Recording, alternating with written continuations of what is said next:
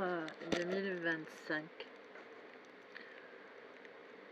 Prenons deux termes très notre période,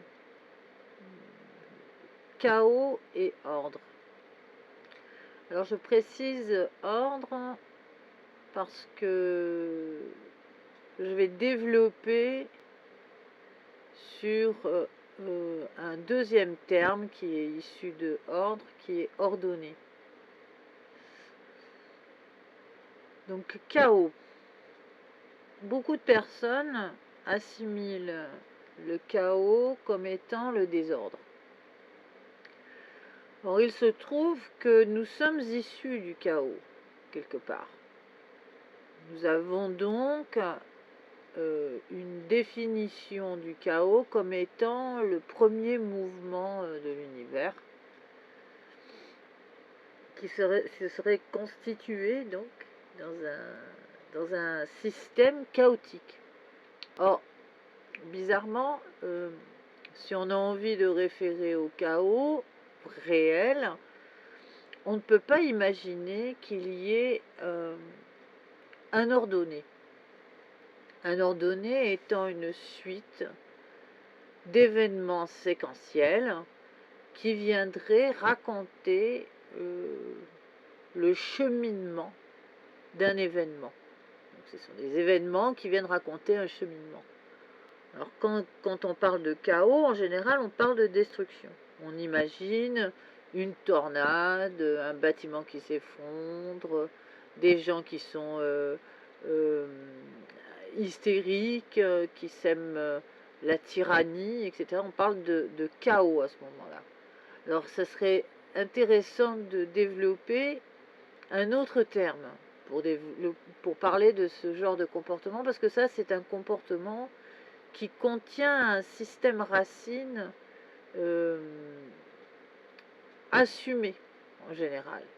Les gens qui sèment le chaos, tel que c'est décrit comme ça, sont des êtres réfléchis, c'est-à-dire qu'ils ont réfléchi leur action. Ils ne font pas ça d'une façon primitive, étant donné que nous n'avons plus depuis très longtemps un comportement primitif. Un comportement primitif, c'est un comportement qui ne sait pas qu'il est un comportement. Nous avons développé la réalisation de qui nous sommes à travers un mouvement de réflexion qui s'appelle l'abstraction pour obtenir notre statut d'Homo sapiens. Donc nous ne sommes plus primitifs puisque nous savons que l'action que nous faisons est engendrée par quelque chose. Que ça soit l'influence des dieux, l'influence de ceci, l'influence de cela, c'est selon un peu le contexte. Mais il se trouve que nous sommes capables de distancer suffisamment les événements pour décrire l'événement. Donc nous ne sommes plus dans quelque chose qui pourrait s'assimiler au chaos, donc à la forme primitive de exister. Or, il se trouve que le chaos est aussi en correspondance avec une équation qui vient signifier que le développer sur la création pourrait être considéré comme une finitude. Si l'on parle par exemple, l'entité création est une finitude. On ne peut pas contester que exister existe. Voilà, ça c'est une entité création. On ne peut pas parler de quelque chose de désordonné dans la définition. On parle de quelque chose d'ordonné. Parce que dans le fait de dire que l'entité création a créé exister est signifié par exister. Or, exister n'est pas possible, on ne peut pas mettre exister en face d'un autre terme, comme exister pas, par exemple. Puisque pour dire exister pas, il faut qu'exister existe. Donc on sait qu'on est dans un ordonné à ce moment-là. On n'est pas dans un ordre. On peut être dans un ordonné qui apparaît du point de vue de la relativité comme quelque chose de chaotique. C'est ce que nous sommes en train de vivre d'ailleurs. Et donc, lorsque l'on parle d'ordre, où on a l'impression d'être presque en train de ranger sa chambre, on s'aperçoit que le système de l'ordre ne peut pas être développé obligatoirement sur quelque chose qui est la tempérance. Quelque chose qui va être rangé dans l'ordre n'est pas obligatoirement la solution. Ça peut être aussi un problème de chaos, une gestion d'un chaos éminent. Parce que l'ordre des choses, tel qu'il est inscrit dans l'écosystème, c'est un ordonné. Et on ne sait pas dans quel ordre, un peu comme quand on a affaire au mastermind, on ne sait pas dans quel ordre l'ordonné est rangé. Et on ne peut pas savoir quel est l'intérêt que cet ordre soit rangé dans cet ordre. Donc l'ordonné se développe avec une combinaison liée à la particularité. Donc quand des personnes disent, si par exemple le monde n'est plus généré par le chaos, que va-t-il nous arriver comme événement? Et auquel cas on sent un désarroi. On sent que parce que le monde se défait, les hommes veulent le reconstruire ou veulent s'atteler à quelque chose. Comme si sous leurs pieds, l'équation du temps linéaire leur posait un problème. Il y a une gestation de la pensée par rapport au temps linéaire, qui est donc représenté quand même par Chronos, semble leur poser un problème. Donc il faut que le temps se découle comme s'il était dans un sablier. Il faut que les jours soient comptés pour que l'être humain puisse se relativiser à exister. Donc d'une certaine façon, c'est un ordonné. C'est un ordonné qui met en scène une valeur de destruction parce que le monde de la construction apparaît comme une création. Et une création, c'est la finitude. Or, le seul objet de création qu'on peut considérer comme une finitude, c'est le cercle. Voilà, parce que il est justement à égalité, à partir du centre, tous les rayons sont égaux. Il contient donc le symbole de la finitude. Et on parle en général dans le symbolisme de la création comme étant le rond, un objet parfait finalement, qui est aussi l'évocation de presque tout, puisqu'on peut aussi mettre un carré dans un rond, on peut aussi mettre un triangle dans un rond. Et multitude de choses, un losange, etc. Donc il est quelque part un objet de révélation par rapport à notre problématique sur la définition de notre évolution, c'est-à-dire de ne pas savoir comment placer l'entité existée, représentée en partie par un point de vue qui pour moi est un peu réducteur, c'est le point de vue des hommes. Pour le moment, on ne peut pas le contester, ce point de vue des hommes, parce que nous sommes les seuls à prendre la parole. Donc nous sommes les seuls à proférer quelque chose d'une manière sonore à ce sujet. Tant qu'on n'a pas un autre interlocuteur qui vient pondérer notre discours sur la définition, nous sommes tenus finalement d'être nous-mêmes le tout et son contraire, c'est-à-dire d'être aussi dans une forme d'oscillation et donc de favoriser quelque part aussi l'acte chaotique, puisque l'acte chaotique est souvent représenté par des personnes qui pensent que le déséquilibre est le moyen de trouver quel est le système qui va se développer. Or, on ne peut pas tout le temps s'amuser à être le déséquilibre. On ne peut pas tout le temps aller vers le cheminement en fait de l'évolution des hommes d'une façon dans sa globalité, donc dans son entité, avec comme principe vectoriel la puissance du chaos. Puisque le chaos est un ordre, est un ordonné. Il est donc quelque chose qui est spontané, qui est inclus finalement dans le fait que les hommes sont dans l'autonomie. C'est-à-dire que nous sommes ordonnés. Nous sommes ordonnés, ce qui veut dire que si on pense se lever de sa chaise, on peut se lever de sa chaise. Si on pense je descends les escaliers, je vais chercher ma voiture, on peut faire cette action. Donc on est dans un ordonné. On n'est pas dans quelque chose de chaotique. Par contre, nous ne sommes pas dans une seule figure qui serait l'ordre établi, qui serait je ne peux me lever que d'une seule façon, je ne peux descendre l'escalier que d'une seule façon, et je ne peux aller à ma voiture que d'une seule façon. et je ne peux pas me retourner, hein, sinon je suis changé en statue de sel. En gros, ça veut dire que dans l'ordre établi des choses, l'autonomie est aussi le désordre inclus dans la capacité d'être autonome. C'est-à-dire que le déséquilibre est possible aussi dans la cage d'escalier au moment de descendre. Il est possible aussi de se ramasser sur le trottoir en ouvrant la porte de sa voiture. Dans cet amer constat que le nombre de probabilités est exercé aussi comme une espèce d'équilibre sur lequel nous devons surfer, et la consécration de la liberté. C'est-à-dire que nous gagnons notre liberté grâce à cette autonomie, mais que nous ne pouvons pas nous développer dans ce qu'on appelle le rapport en tant que création. C'est-à-dire que nous ne sommes pas encore une création. Nous ne contenons pas notre finitude. En général, si on dit c'est fini, qu'est-ce qu'on dit? Qu'est-ce qu'on fait après? Finalement, nous ne savons pas à quel moment nous allons être consacrés comme une finitude. Pour le moment, la seule finitude que nous pouvons développer, c'est la mort. La mort est un ordonné. Après, c'est selon les croyances. Mais pour ce qui est en fait de la relation, quand on dit il faut tout mettre en ordre, les gens sont désolants, etc., il faut faire très attention sur la notion de chaos. Parce que c'est vrai que l'être humain a une propension pour développer le chaos, mais le vrai chaos, c'est encore une fois la privation d'autonomie.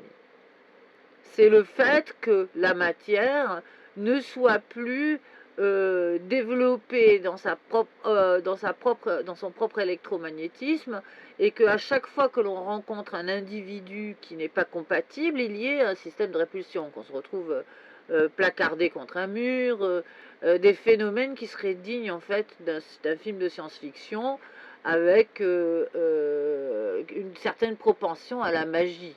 On se retrouverait collé au mur parce que, à force d'avoir joué avec des nombres masses et des chaînes séquentielles de quantification, parce qu'on a décidé de travailler comme si on était des ingénieurs en informatique, nos systèmes, ce qui est en train de se prôner à l'heure actuelle en mélodie en sous-sol, comme on dit, il y aurait cet effet bizarroïde, qu'il y aurait en fait un désordre qui deviendrait l'ordre ordonné, pour retrouver l'ordonnée. Et auquel cas, ça serait un devoir que d'être resté collé comme ça au plafond, le temps que le nombre masse se remette en place, et on serait délivré et on pourrait aller travailler, par exemple. Donc il faut faire attention, en fait, quand on réfléchit le monde, il faut aussi penser que le monde, en premier, n'est pas celui qu'on profère. Il est avant tout une invitation à trouver le symbole qui va se rapprocher le plus d'une vérité. Alors la vérité, elle est principalement physique, chimique, et il faut donc combiner en fait notre existence avec un approximatif. Cet approximatif fait partie de la logique qui est la stabilité pour le moment de notre monde, et qui contient aussi l'instabilité, puisque dans des équilibres, nous avons une bizarrerie qui est que déséquilibrés se battent en duel aussi sur le terme de la définition, puisqu'ils sonnent de la même façon. Nous avons donc un monde qui est chaotique, certes, mais le chaos qui est proposé par l'homme n'est pas reconnu comme étant le chaos écosystémique, c'est-à-dire celui qui est l'expression du mouvement des choses, et non pas de l'aspect figé, immobile, et qui est en correspondance avec quelque chose qui est arrêté dans l'espace. Or, il n'y a rien d'arrêté. C'est une question de vitesse. Donc ce que nous pensons être chaotique peut aussi s'ordonner tout seul. Un jour, on verra un caillou se ranger tout seul sur le bas-côté, parce qu'il aura compris que sa masse peut écraser la voiture. Bon, peut-être que ce sera une voiture plus intelligente qui enverra un signal magnétique, mais il est fort possible qu'on ait des phénomènes comme ça, de choses qui se rangent tout seuls, parce que l'équilibre est aussi la survie écosystémique. C'est un peu comme quand quelqu'un découvre qu'il peut tenir en équilibre sur un fil et que entre le fil et lui, il y a une connectivité et que sur ce fil va vers quelque part. C'est-à-dire il ne va pas vers l'infini, puisque la thématique de l'infini est aussi comme le sablier ou comme le sable qui s'écoule. On ne sait jamais combien de grains de sable on va pouvoir compter sur la notion de l'infini. Or, il se trouve que notre univers contient quelque part un rapport à exister qui vient nous renseigner que notre point d'infini, il est sur l'infinitésimal. Et donc à partir du moment où on est constitué en fait d'une matière qui nous enveloppe, nous avons aussi une membrane qui nous permet de ne pas nous indéfinir justement. Donc d'être dans une variation chaotique sur ce qu'on appelle l'architecture propre du défini lorsque l'on est à se comparer ou à se mirer les uns les autres. Sinon, on aurait des trous comme ça, si c'était le réel chaos. La version d'un monde ne pourrait pas être en adhérence avec la version d'un autre monde.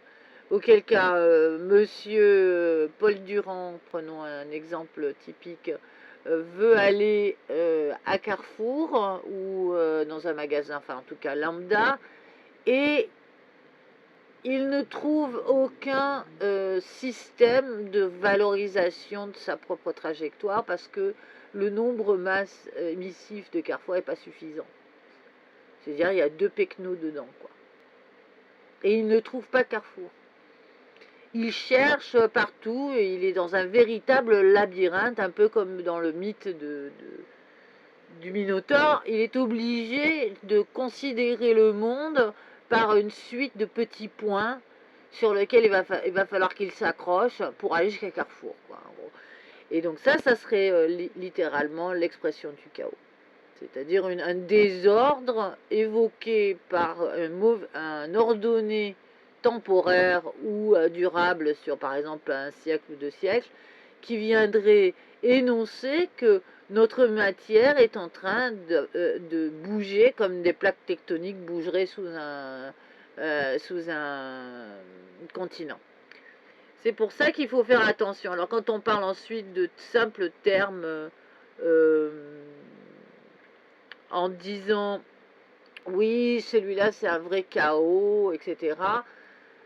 C'est vrai que beaucoup de personnes sont intéressées par le chaos. C'est vrai que nous avons vu dans les 25 dernières années, ou même dans les 30 dernières années, ou même dans les 60 dernières années, beaucoup de revendications de l'esprit rebelle est un esprit qui favorise le chaos. Parce que le tumulte est aussi un moyen de référer, de savoir qui c'est qui a un centre, qui c'est qui s'est regardé à travers une tornade, un mouvement, etc. Et il y a quelque chose d'assez martial, de provoquant là-dedans. Parce que l'inertie n'est pas le calme. L'immobilité n'est pas le calme. Être un esprit serein n'est pas quelque chose qui n'est pas en considération du chaos. Puisque dans certaines méditations, il peut y avoir, comme ce qu'on a vu dans Siddhartha, des états de transe ou des choses qui peuvent s'assimiler à un acte puissant du chaos, comme ce qu'a vécu Siddhartha en étant en face de Mara, par exemple, pour ceux qui ont une petite connaissance cinématographique ou qui s'intéressent un petit peu à des contes et des mythologies ou des faits relatés. Nous avons toujours un effet comme ça, ou même Matrix, par exemple. Le fait de se retrouver dans des duplicata pourrait être une variation du chaos, ça. Pour le moment, nous sommes dans un ordonné qui est exprimé d'une certaine façon, parce que nous ne sommes pas encore des oppositions qui s'accordent à être une conjonction. Nous n'avons pas le goût de ça. Donc beaucoup de personnes pensent que l'opposition est une force, et auquel cas ils deviennent antagonistes. Ils deviennent antagonistes non pas pour être une revendication de ce droit, mais parce qu'ils ne ressentent pas une autre disposition à se manifester comme étant en dehors d'un système. Et c'est là où la mathématique joue un rôle très important. On ne peut pas être en dehors d'un système. Si on est éjecté de ce système, on n'est plus dans la matière. Donc on disparaît finalement. Quand on est dans une relation à l'expression de la physique, on va dire quantique, qui est pas obligatoirement notre thé quotidien, comme on dit, mais qui est inhérente à chaque être, qu'il soit lambda, bêta, alpha, et de toute manière, il est traversé par la physique quantique. Il y a donc le plus important à savoir, c'est la communication qu'il y a entre des éléments probants. Cette communication entre ces éléments probants sont leurs données. Ça ne veut pas pour autant dire qu'il n'y a pas une multitude de petits ordonnées constants, mais il y a aussi une multitude de propositions à être dans un ordonné qui est de l'inconstance. Auquel cas, nous sommes sujets et objets à la fois, selon aussi notre capacité à résoudre certaines équations, puisque il y a une sorte d'apprentissage aussi là-dedans. L'Occident est plus perturbé par rapport à ça parce que nous n'avons pas choisi d'être dans une spiritualité pour le moment. Nous avons choisi d'être dans une religiosité, mais pas dans une spiritualité. Donc nous ne pouvons pas ressentir de la même façon, puisque la spiritualité peut dépasser le manichéen, donc le fait d'osciller entre deux forces, comme nous oscillons déjà sur un système binaire avec la lune, le soleil dominant, le yin et le yang, le jour, la nuit, qui sont un cycle sur lequel doit se reposer aussi la pensée et son contraire. Et nous ne savons pas de quelle façon peut se relater le désordre en fait de notre propre nature. Et en fait, on s'aperçoit que nous sommes en train simplement de progresser, c'est tout. Nous sommes en train d'évoluer et que nous ne pouvons pas à l'heure actuelle avoir accès à une définition autre que le fait que nous ne puissions pas savoir ce que c'est que d'être dans l'extraction en fait d'un système, auquel cas d'avoir ce qu'on appelle la vision globale. Et la vision globale, on en parle beaucoup en physique quantique, on est sur un point de relativité qui est englobant, hein, puisque ça s'appelle la vision globale, et à ce moment-là, l'ordonnée et le chaos ne sont plus du tout des matières qui assujettissent. Et c'est pour ça qu'il faut essayer de relativiser quelles sont les nécessités aussi et quels sont le jeu pervers que l'on joue lorsque l'on propose un chaos pour signifier une force. Puisqu'il y a beaucoup d'actions qui peuvent aussi s'assimiler au terrorisme. Il faut donc faire attention en disant oui, je suis ceci, je suis cela. Tout le monde est le désordre de quelqu'un. On peut toujours être représenté par la logique d'une personne ou alors l'illogisme de cette personne. Mais il se trouve que l'être humain a une tendance fâcheuse à développer aussi le choix d'être à l'inverse de l'électromagnétisme et donc de ne pas faire les actions qu'il faut faire. Donc ça, c'est un choix délibéré et il faut donc faire attention dans des pays, surtout les pays européens, où nous défaisons la maille d'un pull quelque part en agissant comme ça. Plus on est cohérent avec son prochain, on va dire, plus on a de la chance aussi d'avoir une solidité d'électromagnétisme.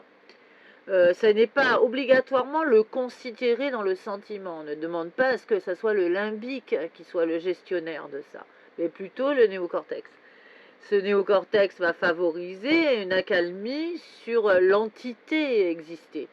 C'est-à-dire l'être humain se perçoit comme étant libre de droit par qui il est et par ses propres droits à être considéré comme il a envie d'être considéré, mais il est aussi un actionnaire des événements majeurs de l'existence. Et c'est pour ça qu'on ne peut pas parler tout le temps d'une politique du chaos. Il faut aussi avoir un rapport bienveillant avec l'humanité pour générer l'électromagnétisme qui vient signifier que nous sommes intéressés par l'histoire, en fait, des êtres humains. Si nous ne sommes pas intéressés par l'histoire, alors pourquoi ne pas se concerter et développer en fait ce qu'on appelle une démission finalement.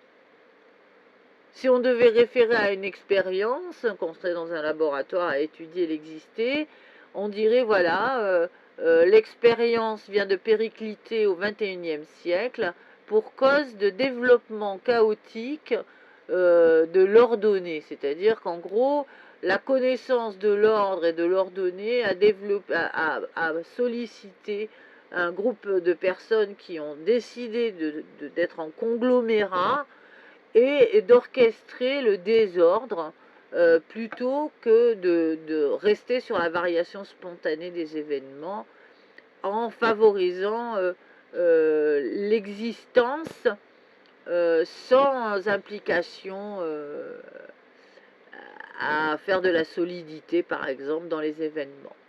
En gros, je rentre dans une boulangerie, c'est la boulangère qui est donc la patronne de la boulangerie. Elle fait donc son pain dans la boulangerie.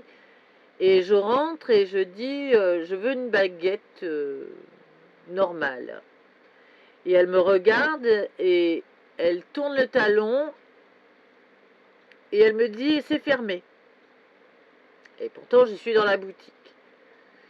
Voilà, ce genre d'événements elle me dit, c'est fermé parce que j'ai décidé. Donc en gros, le vecteur directeur de la boulangère, qui est donc patronne de son édifice, décide qu'au moment où moi je demande la baguette, elle décide de fermer la boulangerie. Donc moi j'aurais pas de baguette pour mon petit déjeuner ou mon sandwich. Et elle aura pris les pleins pouvoirs sur la circonstance, sans obligatoirement me donner de raison valable sur le fait qu'elle décide de fermer la boulangerie alors que je suis dans la boulangerie. Elle aurait pu me dire, c'est fermé madame, ne rentrez pas dans la boulangerie. Auquel cas, il y avait ce qu'on appelle le temps de la réflexion qui est nécessaire et imparti. Donc des actes manquants comme ça, des choses qui sont dirigées en fait dans le système des actions des hommes, mettent en scène un nombre incalculable de résidus. Ce sont des résidus qui ne sont pas très bien acceptés par les Vulcains.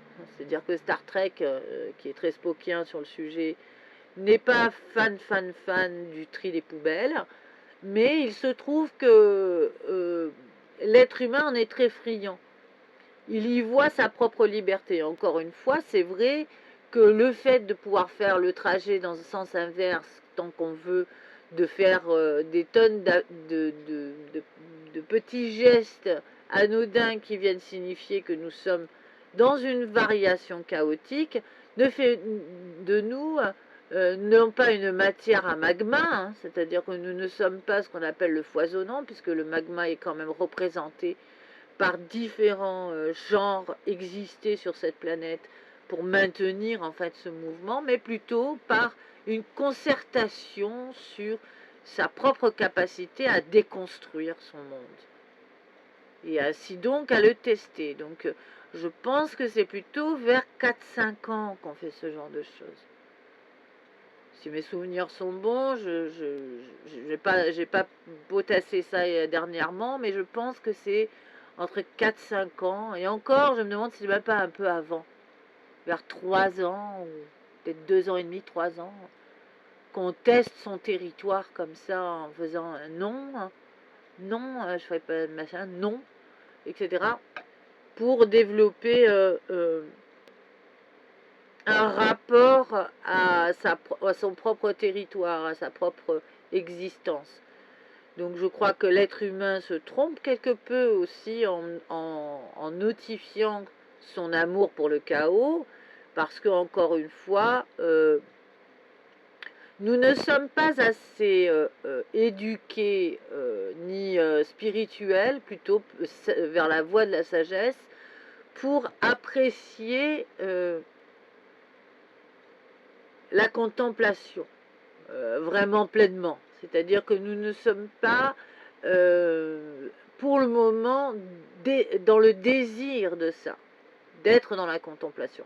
Pourtant, on a développé à différents endroits un vrai, une vraie considération de la contemplation. En général, on va trouver des personnes qui font la contemplation dans le système religieux. Donc c'est pour ça que sur le chaos, on a beaucoup d'acteurs à l'heure actuelle qui sont presque des revendications. Et moi je mettrais un peu à haut là, je dirais faites attention parce que le terrorisme c'est pas loin non plus. On ne peut pas être instigateur d'un mouvement qui est simplement par antagonisme. Et on ne peut pas être l'opposé de tout parce que tout nous enveloppe aussi. Nous sommes dans une entité globale qui est l'humanité, qui est les hommes, et que même si nous ne sommes pas capables de nous apprécier dans ce tourment magma que nous représentons, il ne faut pas pour autant baisser les bras à essayer de relativiser ce monde en apportant la possibilité à chacun de savoir où est sa juste mesure, c'est-à-dire où est sa tempérance, comme on dit, sa vitesse aussi, puisque pas tout le monde ne réagit à la même vitesse sur les choses, ce que nous ne considérons pas du tout. Donc ça, c'est un vrai acte de chaos sur notre planète, puisque nous ne sommes pas censés nous réguler de la même façon. Nous sommes censés nous diversifier par nos particularités. Donc nous avons essayé de standardiser un maximum de choses pour créer une norme qui n'est pas la logique écosystémique. Donc oui, là, on peut parler d'un chaos orchestré. On peut parler d'un désintérêt de l'observation et donc de la réalisation d'un ordonné qui vient signifier que la pensée est libérée et que donc le sens est pensé pour une raison précise. Alors évidemment que le sens est pensé, sinon nous n'existerions pas. Il est évident que la première chaîne de construction s'est immédiatement signifiée comme étant la plus performante. Donc nous n'avons pas de souci à nous faire. Lorsque nous tombons sur un ordonné efficace, il est réellement efficace. Il est même terriblement efficace. Nous sommes carrément ingénieux à ce moment-là. Donc il n'y a pas de souci à se faire de penser que la nature génère ses propres chaînes séquentielles. Sauf que en ce moment, on attend un peu Godot. C'est-à-dire que nous ne sommes pas en conscience de la haute potentialité que peut générer la capacité de se capter les uns les autres. Et encore une fois, nous sommes donc plutôt des acteurs d'un chaos, mais un chaos qui ne mérite pas ce terme, mais plutôt d'une discorde, d'une espèce d'acte un peu tyrannique sur son prochain, comme si la nature sadique en fait de l'être humain était une revendication du cerveau reptilien. Et donc nous ne faisons plus preuve de perspicacité. Nous refusons finalement d'être dans la considération des événements et de faire preuve justement d'imagination et d'ingéniosité. Donc voilà, pour ce qui est de l'ordonnée, il est vrai que lorsque par exemple on gagne au loto, c'est vrai que c'est un ordonné le loto. Mais c'est un ordonné sur la probabilité. Alors évidemment, c'est insensé de se dire qu'un joueur du loto a pu être à la géocoordonnée en disant, voilà, c'est moi qui détiens les pleins pouvoirs sur le temps et sur le lieu en gagnant au loto. Il y a quelque chose d'extraordinaire à être dans l'alignement à ce moment-là d'un événement qui vient apporter une corne d'abondance, par exemple. Bon, maintenant, je ne sais plus si les cornes d'abondance... Ben là, j'ai vu dernièrement qu'il y avait eu une très grosse somme au loto. Ça, ce sont des points stratégiques sur ces systèmes qui viennent informer que de toute manière, nous sommes dans une mouvance. Il faut l'accepter, c'est la chaîne hydrogène-carbone qui est notre boss pour le moment. Donc voilà, c'est pour les gens qui aiment bien penser qu'ils sont rebelles dans le chaos, que s'ils ont affaire à quelqu'un d'ordonné, ils vont se retrouver à plier les feuilles de papier machin pour les mettre dans les verres pour un brunch où tout sera rangé dans les Tupperware. C'est pas tout à fait ça au départ. Il ne faut pas confondre la pensée manichéenne avec les termes qui ont développé une mathématique beaucoup plus intéressante et qui ont fait que nous surfons à l'heure actuelle sur une équation de temps et sur lequel nous sommes plus ou moins une preuve irréfutable que nous n'arrivons pas à valider quelque peu. Il faut donc accepter d'être dans une défaite à ce sujet et puis de se proposer peut-être une rencontre avec un troisième type qui viendra nous relativiser et qui viendra aussi nous informer que notre Terre est bien plus intéressante sur sa configuration, on va dire, de construction que ce que nous énonçons. Auquel cas, sur les ordonnées, il y a encore des progrès à faire, il y a des expériences, enfin des résultats scientifiques qui semblent être en devenir sur ce sujet et qui feront un effet comme ça de déstabilisation, ça c'est sûr. Auquel cas, nous revisiterons peut-être le propos sur le chaos et sur l'ordonnée, ou l'ordre. Mais l'ordre, pour le moment, à part ranger ces choses dans le bon ordre, on peut dire, par exemple, on va prendre un exemple assez typique, une personne qui range ses DVD par lettre alphabétique, ou une autre qui range ses DVD par genre. Et ordonnée, elle est dans l'ordre des choses qui lui est imparti. Comme le désordre, par exemple, d'un bureau d'écrivain ne peut pas être rangé par la femme de ménage, puisque la femme de ménage, elle va trier des papiers, elle va les mettre pas dans le bon ordre. Et ça sera un vrai chaos pour l'écrivain qui ira à sa table et qui dira qu'avez-vous fait? Qu'avez-vous fait? Je ne retrouve plus rien, etc. Et il y a quelque chose donc qui est finalement assez déconcertant de savoir que la particularité restera toujours le vainqueur de le vainqueur de l'affaire. Parlons au genre masculin, c'est un genre qui est assez employé pour la neutralité. Et donc on a affaire à ça. Donc sur notre période du 21e siècle, on a vu beaucoup d'expressions de régression plutôt. Le mouvement étant plutôt vers l'immobilisme, vers l'anéantissement de l'autonomie. Auquel cas, c'est un vecteur directeur très puissant qui a été évoqué à travers ces événements. Je ne parle pas ni de politique ou quoi que ce soit, puisque la politique, encore une fois, elle est inclue dans ça. Les systèmes architectes qui sont développés sur notre monde sont les systèmes que l'on choisit. On pense toujours qu'on nous impose quelque chose parce qu'on n'arrive pas à relativiser les informations qu'on a qui circulent. Alors c'est vrai donc que nous sommes maîtrisés quelque peu par un chaos ordonné, ça.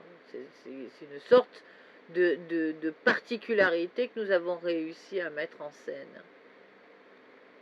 Voilà, c'est donc pourquoi il faut reprendre un peu du muscle du cerveau pour que nous avancions vers la découverte de notre monde, que nous reprenions goût aussi à l'expérience des hommes sur cette planète et à savoir dans quel chemin il se trouve quelques lumières. Hein. Et si nous avons la chance en fait de rencontrer de grands événements en fait, que ça soit par l'archéologie, par la science, par la physique quantique, par la chimie, par la physique des particules, par l'étude des sols de différentes planètes, alors peut-être que nous comprendrons pourquoi est-ce que notre univers est extrêmement structuré et qu'il a choisi, lui, par contre, d'être très ordonné dans son développement, y compris dans ses infrastructures qui peuvent s'assimiler à des mouvements chaotiques. La beauté, en fait, de notre système est un système qui est très réactif. Hein. Il y a une vraie conversation que l'on ne suppose pas entre les éléments.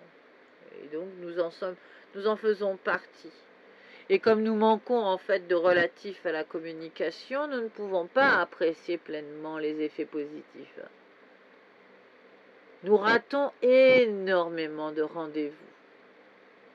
C'est incroyable comme nous ratons les rendez-vous de notre vie. Et malheureusement, on ne sait pas pourquoi ça se passe comme ça. On ne peut pas avoir d'analyse parce que tout le monde pense que ça va venir d'ailleurs, quelque chose. Il faut que ça vienne d'ailleurs. Il faut qu'il y ait un rapport sur ailleurs. C'est-à-dire que l'être humain attend qu'il soit révélé par quelque chose d'autre. Donc on attend un peu les extraterrestres, hein, ça c'est sûr. Bon, ça sera mon dernier mot de la fin. Donc, sinon, mettez un peu de distance avec l'acte chaotique, car il ne faut pas se planter. On peut être terroriste très rapidement à son prochain. Sans s'en rendre compte, on est un destructeur irréversible des destinées. Et je ne trouve pas que ça soit très juste de prôner ce genre d'attitude, puisque en étant comme ça dans un rapport de cruauté qui ne correspond pas non plus à notre pays. On n'est pas répertorié comme un peuple cruel dans l'attitude générale. On est bougon plutôt, taciturne, des personnes qui râlent un peu tout le temps, qui s'insurgent évidemment, mais on n'a pas une définition sur la cruauté. Donc, lorsque l'on est dans le chaos et qu'on produit en fait des aspects concrets du chaos, on n'est pas obligatoirement aimable pour son prochain dans cette façon-là. Et je crois que l'insécurité qui est grandissante est aussi une manœuvre pour déloger en fait la capacité mathématique de l'être humain à trouver son fil pour s'extraire d'un labyrinthe. Voilà, ça sera mon dernier mot de la fin donc de ce début de réflexion un peu philosophique quand même sur le sujet. Et de toute manière, c'est comme d'habitude, ce que j'en pense, hein, c'est à débattre.